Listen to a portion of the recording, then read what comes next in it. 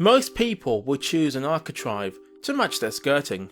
Luckily enough, we have matching architraves for all our skirting designs. When you land on our architrave product pages, you'll be met with 4 drop-down boxes. They contain over 10 different options to choose from. Now we're going to explain all the sections that can be made. This option is the first you'll need to select when you open the product page. Which width should you choose? If this is a fresh install, you most likely won't need to match the previous architrave width. If you're leaving some of the already installed architraves where they are, you'll want to choose the same width so you have consistency throughout the home. You should take note of how close your door frames are to your walls. If you have a frame that is very close to a wall, you'll need to measure up to see if your chosen architrave will fit there. Once you've selected the desired width for your architrave, the next thing to choose is how thick you want them to be. Which thickness should you choose? You'll always need to choose the same thickness, or thicker, as your skirtings for your architraves. This is so that the architraves don't sit back from the skirting boards.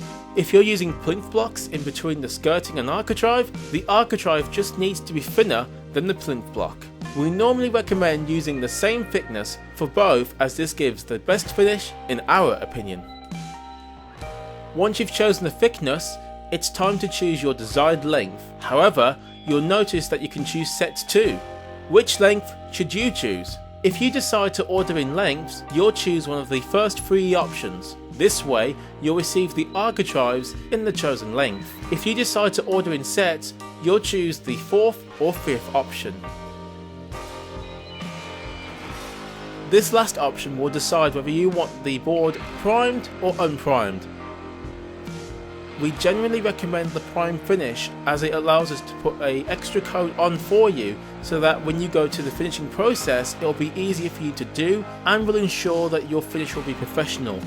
If you choose unprimed, you'll get an unprimed piece of MDF, which you'll have to apply the finish on by yourself. Last, if you want to buy the architraves, make sure to put in the quantity of the architraves you want and then hit add to cart.